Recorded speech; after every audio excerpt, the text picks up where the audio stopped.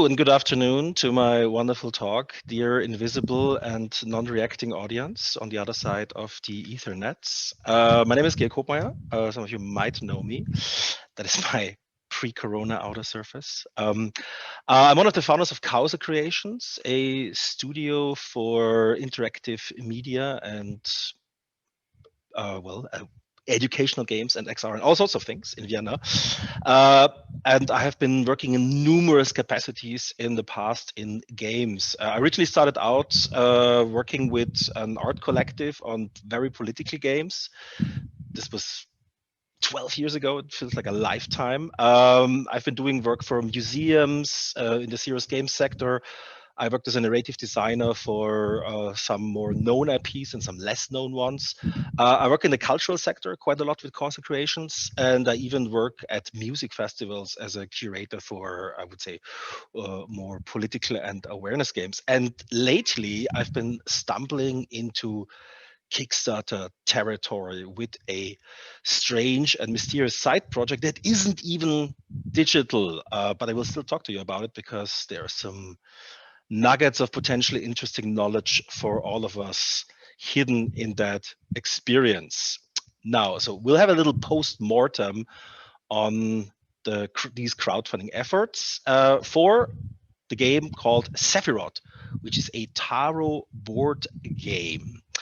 Now, it's a tarot-based board game. It's not tarot in itself. And for those of you who don't know tarot, it's originally an Italian card game that became very popular in Central and Western Europe. In Italy, it was called tarocchi.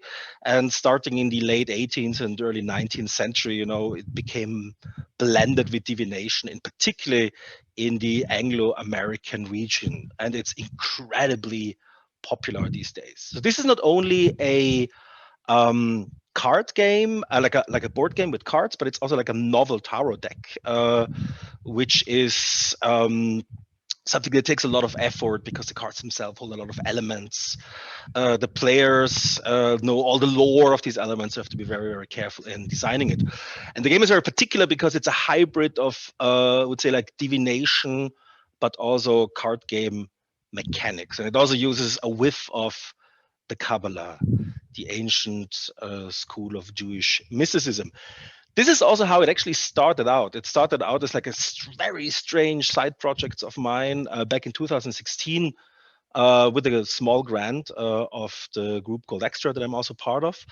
And I just did it to have like a sort of a break from the turmoils of digital game development. I wanted to do something analog, something where I can do very quick iterations and something where I have no pressure whatsoever. Things became a little bit more serious when I was joined in my efforts by the Austrian illustrators Viv Tanner and Eli Baum. They were recommended by my good friend Sarah Hebel to me. And these are two outstanding artists, quite known for their webcomic Heart of Gold. And they essentially joined us at Causa Creations to move this forward.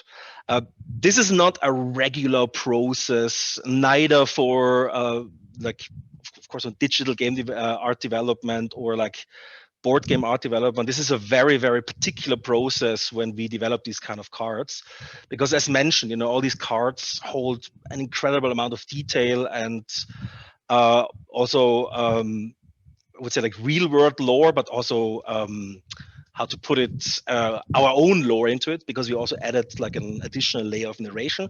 So a single card out of these 78 cards can take up to 2 weeks. That's a long time to just quote unquote develop art, but the community was quite fond of that.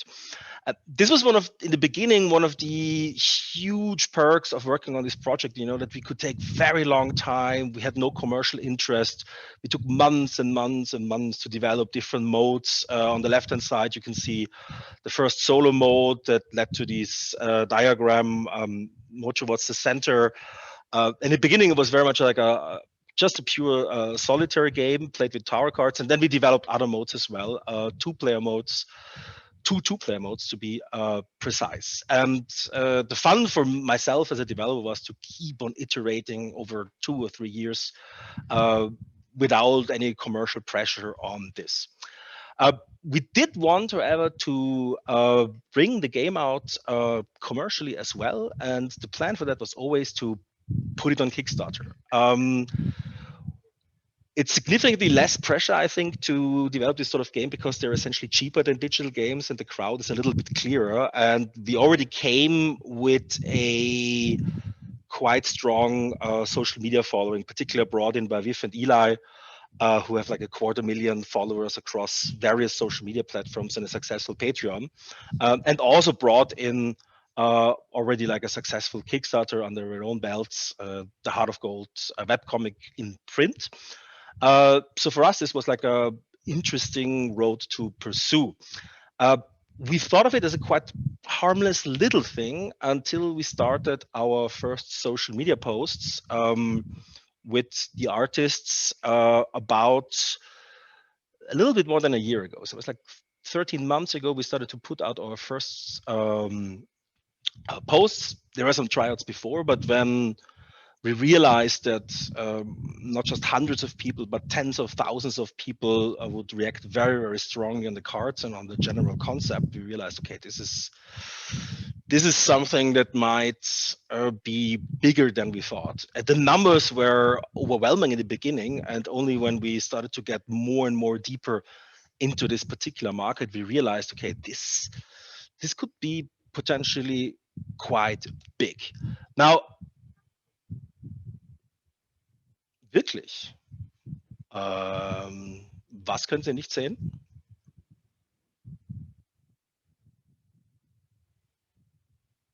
Ah, wirklich? Das sieht man unten überhaupt nichts, oder?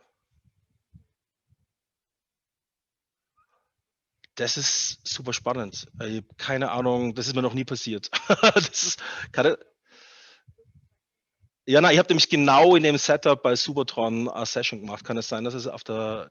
Could it be that it's on the side of Twitch? I'm gonna. Because I see it completely normal and it's almost the same presentation as before. Let me start sharing again. Now? Oh, I'm so sorry about that. Oh man, my Sefirot, you didn't miss a lot. Blah blah blah. Taro, 2 years. Now we're here. So where did we stop? Yeah, people like Taro. Okay, people like Taro. Why do like people Taro? Well, this is a different talk, but let's focus on the fact that Taro is a very strong market. It's a strong market in the sense that it's incredibly popular in North America. To give you a hint, it's so popular that it's not just normal to have a Bible in your motel room, but you also have a tarot set in your motel room. So it's at the core of mainstream culture. And to give you a little bit of an understanding what it means in terms of sales, like a high quality tarot deck, like the Modern Witch Tarot, for example, which is an iteration of the classical Rider-Waite-Smith Tarot, can sell up to 300,000 copies a year. And these are not cheap products. These are not playing cards for like $8. These are high quality products that can cost $40, $50, $60. And the customers are like collectors, crazy collectors that would throw their money at you. Now, for us, this was spring 2020. We're like, oh, this is quite interesting. We should actually start talking to Kickstarter and see if they can give us support and hint. And Kickstarter is incredibly helpful. If you ever consider on doing a campaign on Kickstarter, do reach out, in particular to Michael Liebe, who's in charge of our region. He's also with Booster Space Berlin Games Week. Some of you might know him from that. And he pointed us out to Meredith Graves, who is actually officially the head of music at Kickstarter, but she is also the head of Witchstarter, the unofficial occult wing of Kickstarter. And she helped us a lot. She even gave some influence to and some input to the game design, which led to one of our 2-player modes, and really supported us quite a bit. So Kickstarter has very strong support. They will answer quickly. They will support their makers. They are there for you. And this is what makes it like a really, truly great experience. So we had a lot of boost from that. Kickstarter loved it. The fans loved it. Our community was growing quickly, going up to 10,000 followers, and now being way beyond that. And then something interesting happened because we thought, we're just going to be on Twitter, where our illustrators were quite strong. But then we actually encountered the Instagram tarot community, which is the actual creators, but also like tarot influencers. And this is by far the most wholesome community that I have ever been in. So imagine an online community without abuse, where the creators are very supportive of each other. That was helpful and was very crucial for our strategy a little bit later in the game. Now came fall and also winter, and this is was extremely important for us. We focused a lot on trying to get a grasp on the numbers. What could it cost to produce? We were quite sure that we didn't want to produce in outside of Europe for logistical reasons, but also for ecological reasons. So we tried to source all the different components. This is the fun of making analog games: logistics, lumber prices, all these things you're suddenly confronted with. So we sourced fulfillment, how to send this stuff around the globe. We sourced production of the board game, and of course the separately sold card game. And we sourced companies for all the goodies that we thought that we really have to add to the Kickstarter.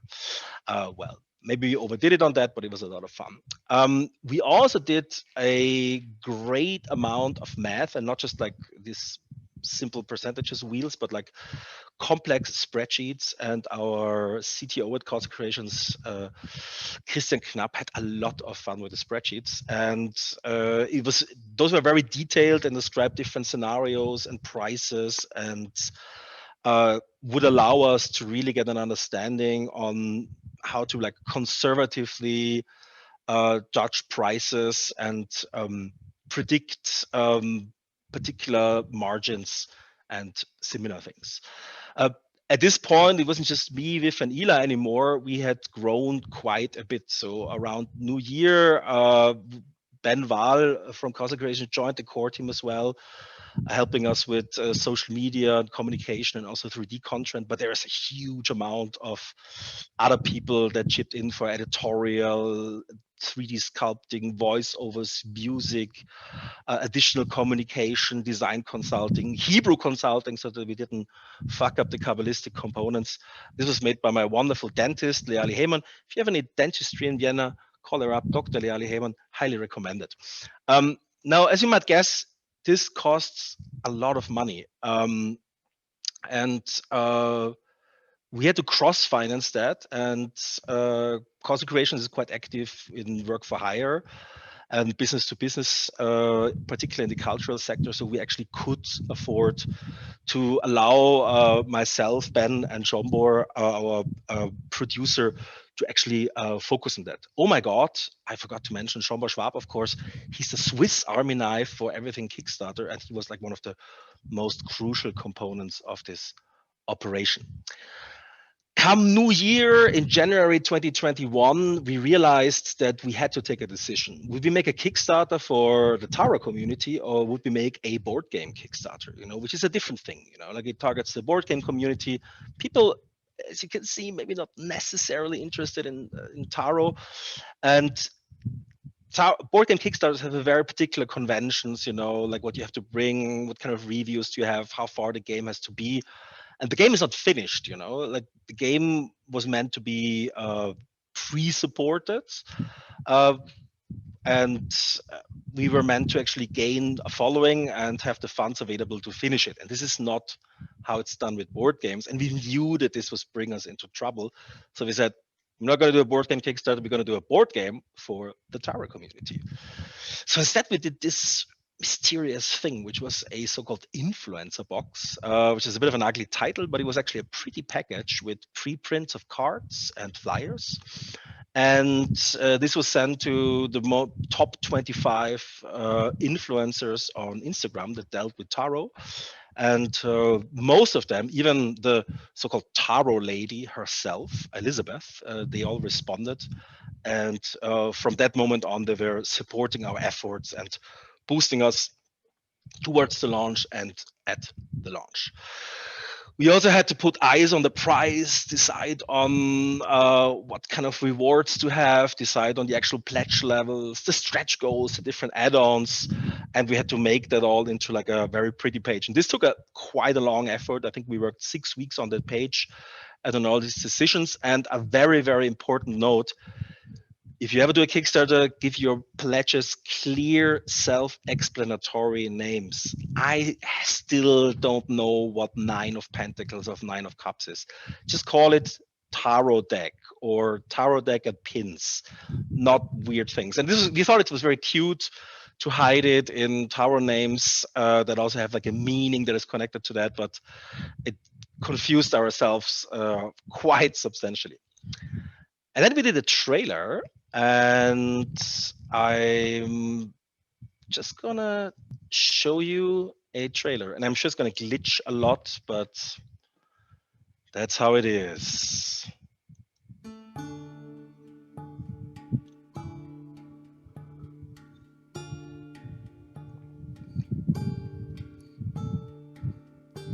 Sefirot is an ancient game from the lost lands of Dioscoria. Played in numerous variations with tarot cards, higher powers will decide upon the player's destiny, their triumph, or their downfall. In its solitaire version, a world-spanning tree of life becomes the stage for the player's challenge of the fates themselves, trying to overcome the universe's perilous duality. The game can also be played together, in numerous modes for 2 people. They might battle for the stars, or embark on a tender dance that will reveal their joined fortune. Sefirot is being produced by the game designers of Causa Creations in close cooperation with the artist duo Viv Tana and Eli Baum. For this first edition, you will not only be able to get the game itself, but also a standalone tarot deck, prints, pins, and other pieces. Sefirot, a tarot-based board game.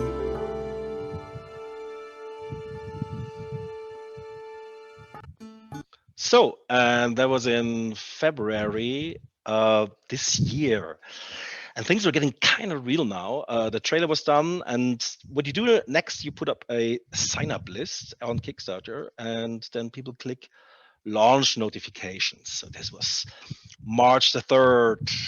Things would start in 3 weeks. We decided on March 24th, which is an auspicious date in Chinese astrology if you want to open a business. So mark it in your calendars if you want to open a business, March 24th. At that point, we realized people were getting kind of hyped, kind of frantically hyped, particularly on Instagram. And before the launch, we surpassed more than 2,000 notifications. Now, this is, of course, nothing that translates one-to-one, but this was already an indicator that this would be received more strongly than previously anticipated by ourselves, and that we might expect a strong launch. And this launch happened on March 24th, 2021 at 5 p.m. Central European Time.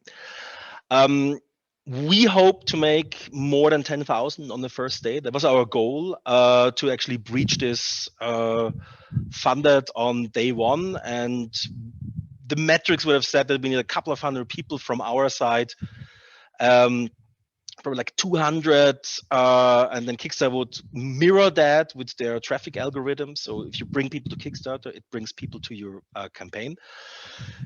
In reality, things were funded in 17 minutes, and it was an absolutely mind-blowing experience. Not necessarily in a positive way, because there was like an avalanche of messages kind of coming onto us. We just had to respond to everything. At the same time, we had to kind of go through our lists of like triggering people of like, back please now, campaign is live, this is live. And I remember that like I pressed the button, someone yelled, "It's funded," and the next thing I remembered, it was 9:30 in the evening, and someone like put a pizza in front of me. And came midnight, we were already past 50,000 euros after 7 hours. So this was a huge thing. And the crazy experience in this was now that we didn't even realize what happened. It was very strange. It took me 3 days to realize that we had a super successful Kickstarter. It took Schombor 6 weeks to realize that we had a super successful Kickstarter. I think he was on a train to Hungary to his parents, to his father, when he was like, "Oh, we had a really successful Kickstarter." This is because of the huge level of input and stress. Now, where did these people come from? Well, obviously they came mostly from North America, some from Europe, and some from other places. And this is because obviously Taro and Kickstarter are huge in North America. We also, this was not too easy because Kickstarter analytics are so. We also tried to find out where did they come from in the sense of which platforms. A Kickstarter, as said, will bring people to the table, but you have to bring people to Kickstarter first. So our own website and newsletter brought in 2.4% of the people, and Facebook and Instagram weren't that strong, despite our strong presence on Instagram, which was 3.16%. Instagram is notorious though for being very bad with links. So sometimes people immediately jump to Google to find something. So, and that was 3.44%. Twitter was something we were very strong, again, because of Viv and Eli, who had a very strong presence there and also play a strong Twitter game. You know, they know how to trigger the algorithm. They have a very, very strong following and they get huge engagement. So that was 9.35%. And the rest was the unknown. Literally said like on top of the list of conversions, unknown sources or direct traffic. So this was quite curious for us that we could not really find out where people came from. But as said, you know, people might take detours, someone gives them a link, you know, there's like people in private conversations, a link on Discord. So this is something we couldn't really find out. Something we found out on the other hand, though, that if you get a lot of attention attracts a lot of assholes. And our core team that did a lot of communication and talking to thousands of backers suffered in the first 3 or 4 days quite some abuse by people who didn't like something. And then of course, if you don't like something, you know, you confront them and you accuse them of being criminals and assholes and whatnot. And I just want to explain it with a metaphor. What happens then? Imagine having a very nice bowl of spaghetti bolognese. And this bowl of spaghetti bolognese has this tiny morsel inside, which looks a little bit browner than the rest. And it's because someone shat into your spaghetti bolognese. Inside of your spaghetti bolognese, there's this tiny morsel of shit. And you know, you cannot say then, well, it's just one tiny morsel of shit. The 99% of the spaghetti bolognese is actually quite nice. Why don't you eat it? No, someone shitting into your spaghetti bolognese, someone poisoning your community, that ruins the meal for you. And the bad news is you still have to eat your entire spaghetti bolognese. And this is how we felt, you know, in the first days, that like some people were really quite obnoxious. And it's worth mentioning, most of them were white males from North America. In the mid-campaign, things quiet down, and this is a normal thing for Kickstarter. You know, you do live streams, we made new cards, we stayed very active with the community. Things calmed down, the haters left and went on to terrorize other shores. We tried to get some press because we had money, but the press is not interested in tarot cards and also not in crowdfunding campaigns, and not very much interested in board games either. So we had a little bit of luck with FF4 and InfoScreen Vienna that supported us, but otherwise people were like, you know, we would like to take your money, but we are not interested in these things, and the press is not interested in that. So these efforts were unfortunately rather unsuccessful.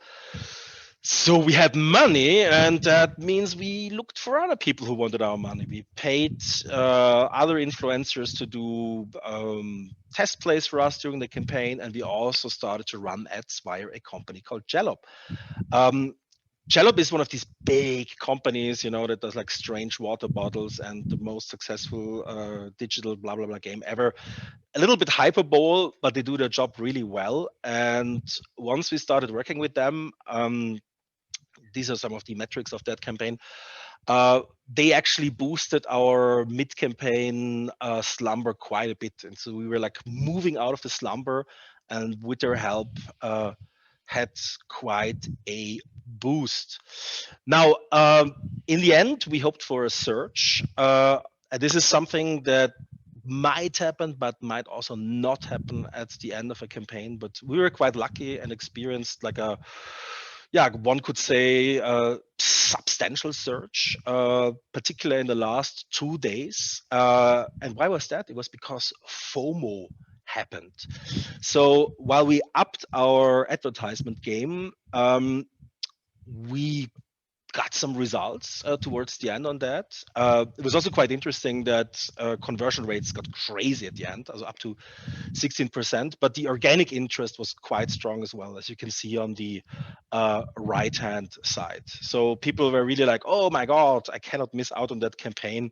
And we pinged again all our channels, Twitter, Instagram, the influencers fired again.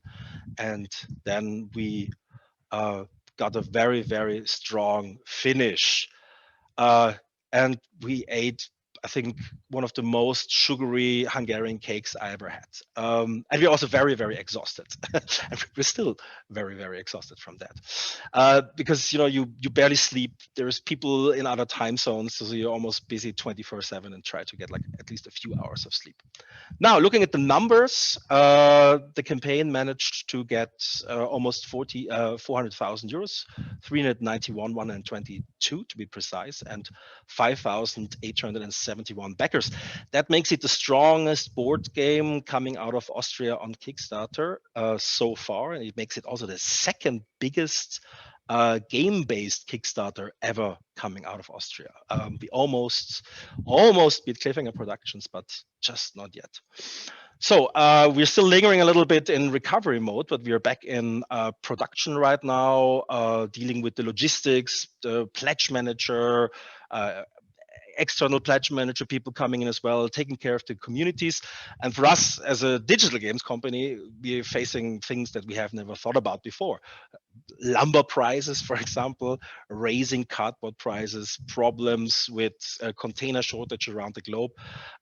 All this fun you can essentially face if you do board games.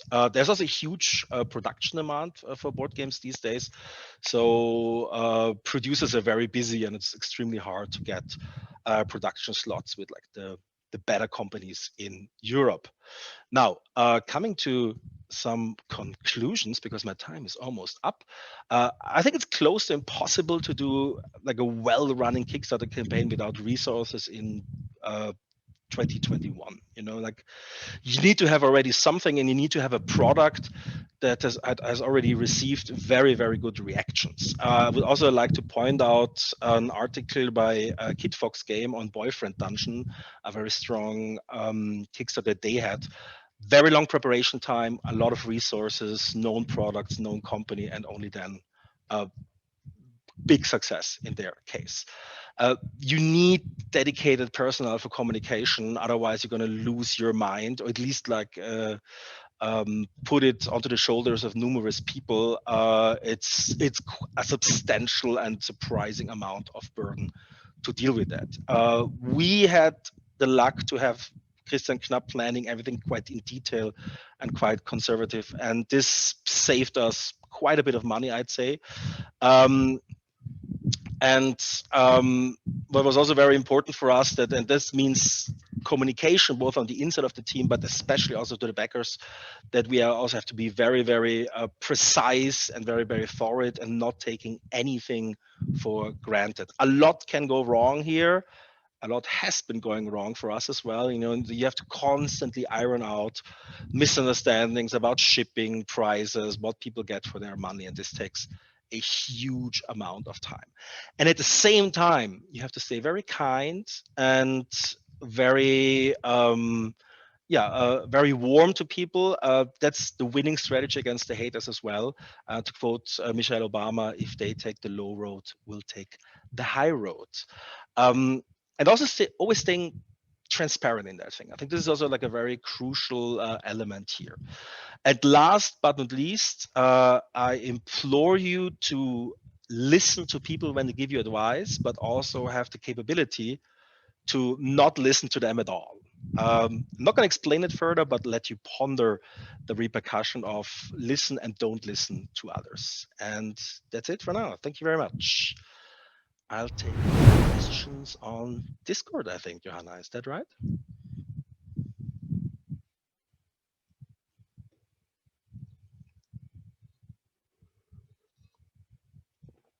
Staring into the void. Don't hear anything. Oh, I do apologize. This was now my fault. So thank you so much, Georg. This was fantastic. Can we have please a loud virtual applause from my side, a real applause? Thank you so much. This is very inspiring and very interesting. Thanks for the metaphor. This was the spaghetti thing. This will be stuck in my head for the rest of the day. Bolognese. Good. And if you would be so nice to join the speaker Q&A, there's already one channel which is like your name, and you can meet Georg on Discord, I guess. Thank you so much, Georg. And thank you. For us, it's Tobias next. We will be back in a short while.